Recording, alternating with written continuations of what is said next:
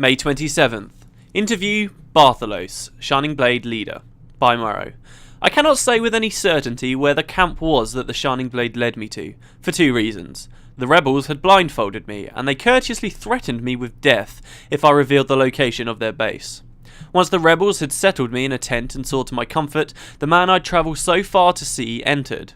Bartholow, leader of the Shining Blade, greeted me with warmth that is rarely found in Kryta these days. The rebel group's commander had consented to answer a few questions before his duties took him elsewhere. There are quite a few troops in this camp. Is the Shining Blade more numerous than the White Mantle would have us believe? As with any information the White Mantle would have the Krytans believe, the truth is quite the opposite. Our ranks have grown with Krytans who are sick of the White Mantle's crimes against the very people they supposedly lead. As you have seen, our Ascalonian cousins in the Eben Vanguard are helping us train all these new recruits. In addition, foreign volunteers have flooded into Kryta, ready to strike a blow against tyranny. Every day we go stronger. Traditionally, the Shining Blade has relied on a strategy of ambush and lightning raids, instead of facing the White Mantle in large battles. With your new allies and recruits, will you adopt a new strategy? I won't discuss operational details, but I will say this. Soon the Shining Blade will face the Mantle, and our grievances will be settled with magic and with steel.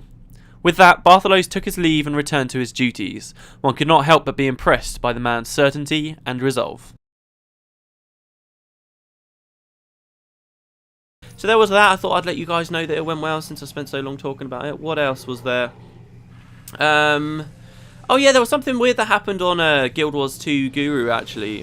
Well, no, not really on Guru. Well, kind of on Guru, I suppose. What happened was on Reddit, there was this guy, right?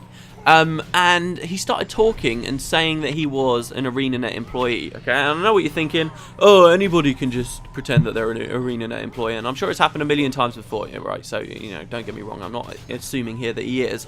But if you look at what he was saying, and people started to like trace it, basically what this guy did on Reddit, he started claiming, he started telling us not massively important stuff, like, so it was pretty tame information he was giving us, but he was telling us sort of how the closed beta was going.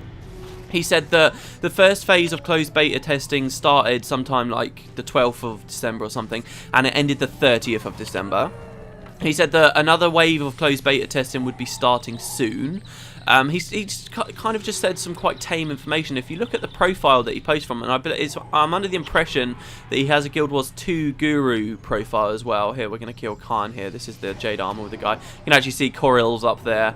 But yeah, this guy, if you start looking at his posts over the past, you can like trace back from like the past 9 months, and he was actually giving sort of hints in the right places, sort of saying, telling us when blog posts were going to be out or when reveals were going to happen like a day or two in advance. So it definitely does seem like he was an ArenaNet employee, or if he is trolling, he's been trying to do it for a very long time, and he hasn't been like explicitly saying, oh, I'm an ArenaNet employee. It's just you can see these posts from a long time back saying stuff that would suggest he was an employee, and some people are just like, oh, he's just been trolling for a really long time. But one person on the forums that I actually read one of the comments, which I completely agree with, is like the payoff for a troll like that is just not big enough. But anyway, to continue what happened with the story, he kind of kept giving this information. This kind of big Reddit thread happened, then a thread on Guild Wars 2 Guru happened, and ArenaNet, as I just mentioned actually, their community managers and in fact the other employees do seem to spend quite a lot of time there, and they do pay attention there.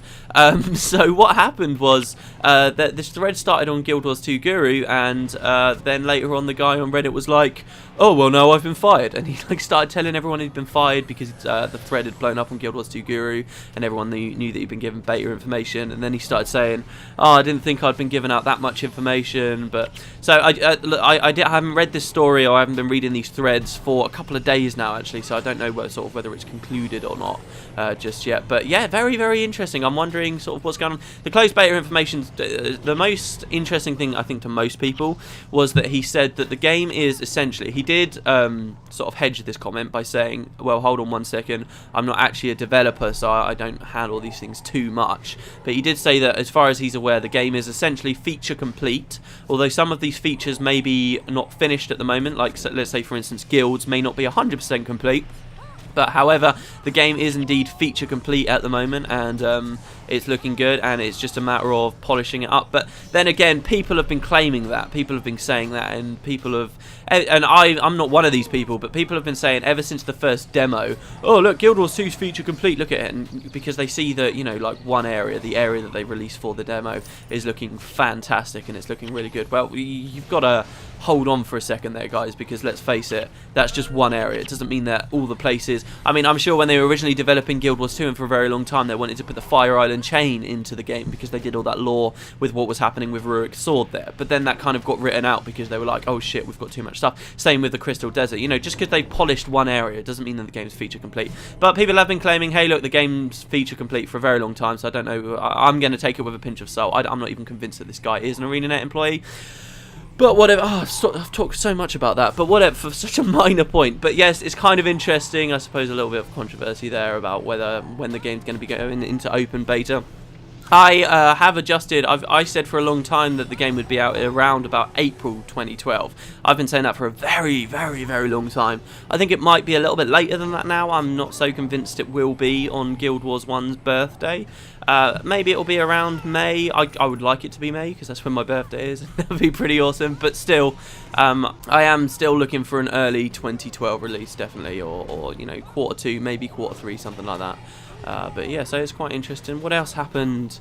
I have so much on my mind when I start. I guess I could talk about the mission a little bit. There's a couple of things I just read about on Wiki that you can do with the mission, and one of them actually sounds so cool, but I don't know how you do it. Apparently, you know, you got the Massart towers. You know, there's all the towers that are around.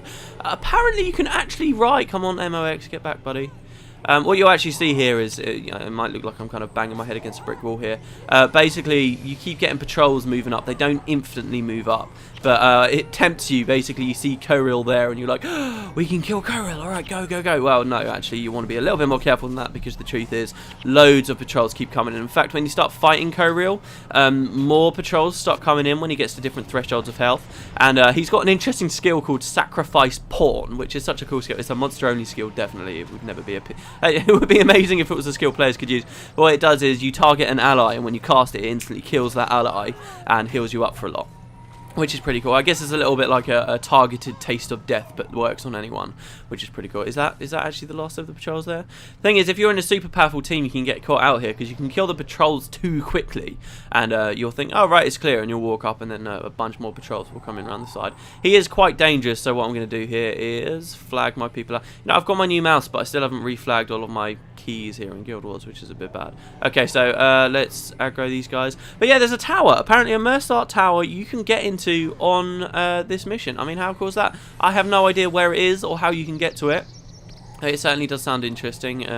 Maybe someone's got a video of it somewhere on YouTube. I doubt it. Warring Kryta really hasn't had that much coverage done of it, really, which I guess is good for me. But yeah, look, here's another patrol coming. As soon as you aggro them, and you don't really get a chance to kill the Jade Armor, I'm actually going to try it. There we go, we killed one. If we can kill this Justicar. Someone's actually watching through Prophecies. Quite a few of you have started doing that, actually. But if someone's watching through Prophecies at the moment and commenting about how during Prophecies I originally said Justicular. That was my first pronunciation of Justicar. Then it was Justicia. Then Justicar. And now people are telling me it is genuinely Justicia, which is what I think I originally thought. Anyway, so we seem to be doing okay. We are massively over-aggroing.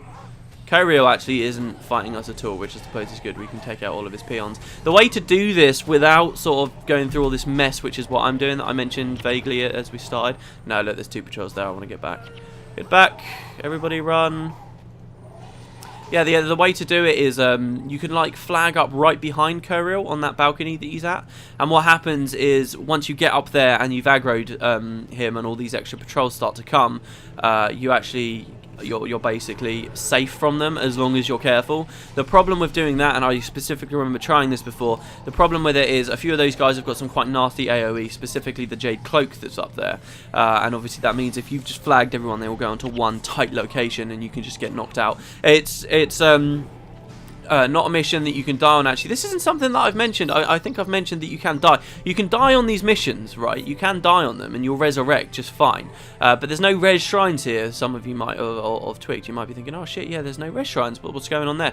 Because obviously it's a mission explorable area from Guild Wars Prophecies where there was no such thing as resing in missions. So ArenaNet just kind of, they were quite lazy about it, I suppose. They just put one of like those shining orb things like you see in the dungeons.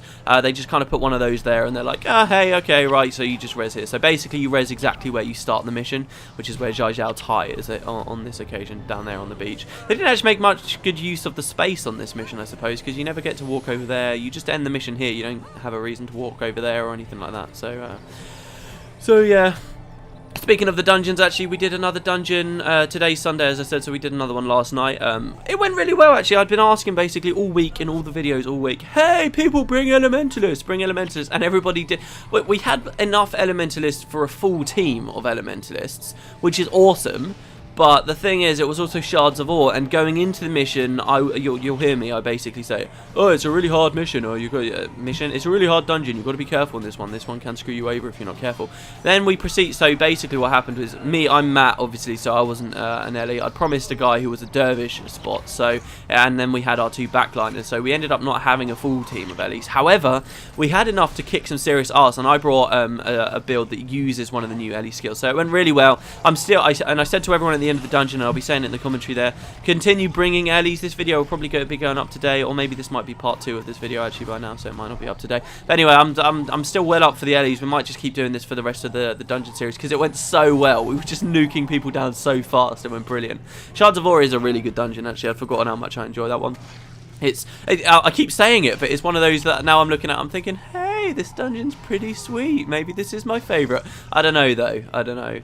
It's got a good reward at the end of Shards of Ore, random chance to get a reward as well, which is the bone cage stuff. Anyway, this time, right, so more of them are going to be coming in from the side, but what I'm going to do, I think more are going to be coming in anyway, I'm just going to flag them up by Koreal. Also, check it out, he's cast Spectral Agony, and look, I'm taking 9 damage a pulse. Yes, I got infused. Actually, you know, I did 3 parts of the last War in Kryta episode, 3 parts.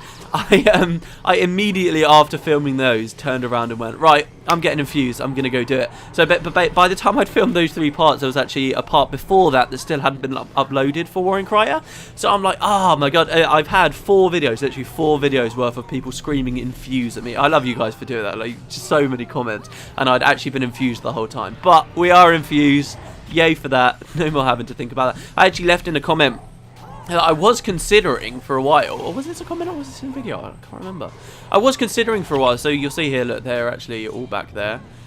He's spawning more enemies in. I completely forgot he did that. But these are the pawns he's going to be sacrificing. One tip, I suppose, for taking out Koreal that it's got on Wiki is to bring lots of interrupts, because then you'll interrupt all of his lifesteal stuff, which I suppose is a good idea. It will make you knock him out quicker, and there's less chance that you'll aggro these other groups. You see that Zealot over there? He's a member of the other group, so we're like right on the edge of aggroing them, which isn't great. But I suppose I've got so much knockdown here. If I just keep him knocked down, we'll be able to kill him. So yeah, look, he's got life transfer and all these different things to keep his health up. We're going to aggro them. Watch, this scout's going to walk straight into my aggro bubble. There you go. And now they're fighting us. Whatever, he's almost dead anyway.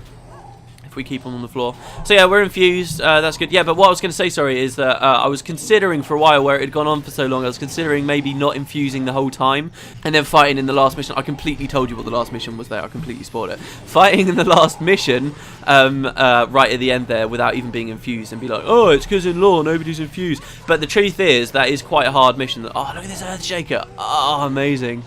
But yeah, the truth is that last mission is actually quite a hard mission, not gonna lie. So you would probably just see me with my face in the dirt the entire time, so not too keen on doing that. So yeah, come on. Well, we've done it, we've beaten, there you go, and the countdown timer starts and it kicks you out. I'm really not sure if there's any point exploring anywhere else in that mission. I'm sure that they changed the spawns everywhere. It's just another one of those examples where the ArenaNet put a lot of effort into something and then a lot of players don't experience it. And indeed you, the dear viewers, will not experience it either, because there's no point for me to go over there. We've seen what most of the enemies are like. But yeah, there you go, so that's that mission done. I suppose if I will split this, and I suppose if I put a Murrow article in front of sort of each episode, then it will be good and we'll be fine. We're going to speak to the gate guard again and go straight through. Was there anything else I wanted to mention? I don't think so. I've actually got a little notepad here of different things that I was going to mention. But yeah, I suppose that's about it actually, guys. So yeah.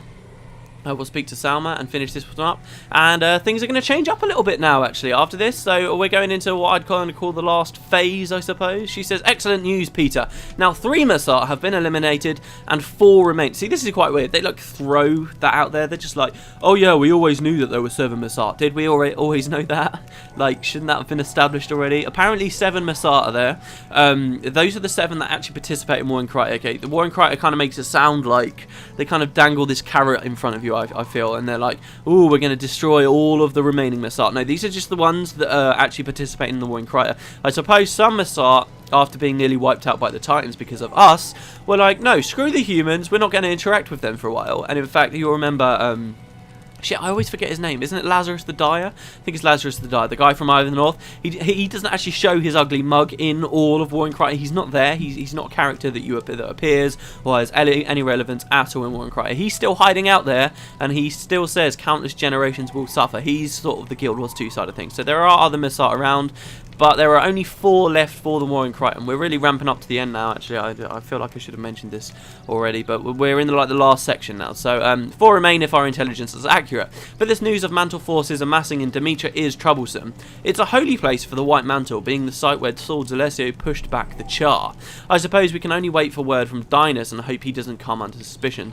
Demetra. Oh my god, I completely forgot. I thought that was in D'Alessio Seaboard. It's not, of course it's not. Demetra is the place up here. Remember, you might want to go back. I don't know. I look back at those videos and think they're a bit naff now, actually. But back during Prophecies, I did do the bonus mission pack with Saul D'Alessio. I kind of feel like maybe I should have done it at this point. But anyway, over there in the bonus mission pack, you do see Demetra up there, and you do get to fight there, and you get to experience that firsthand. That's all the way up there. So they're all gathering up there for some reason, which isn't good. And actually, if you think about where that is and where Lion's Arch is, and where they may have to move, or where we may have to move, try and consider what could be in the path of that. You might get a few hints of what's actually going to be coming in the War in Kryta coming up, but it's a holy place. I suppose we can only wait for word from Dinas and hope he doesn't come under suspicion.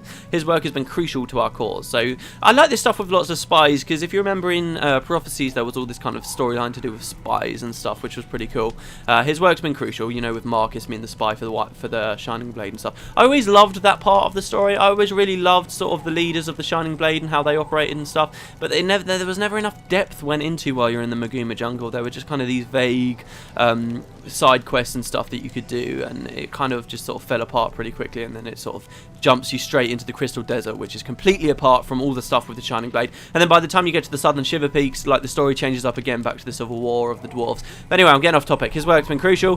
Thank you very much, Salma. There we go. So we have one more kind of phase to go through, and then the War in Kryta is done. I actually really like this shot. So I hope you guys enjoyed these videos. Hope you guys had a great week. I know I certainly did. And I will see you next time, tomorrow probably, because as I say, I'm going to try and be super productive this week. So yeah, I'll see you later, guys. I never noticed that. Look at my Char hammer. It's actually got like Char skin on it. How cool is that? So yeah, I'll see you guys later.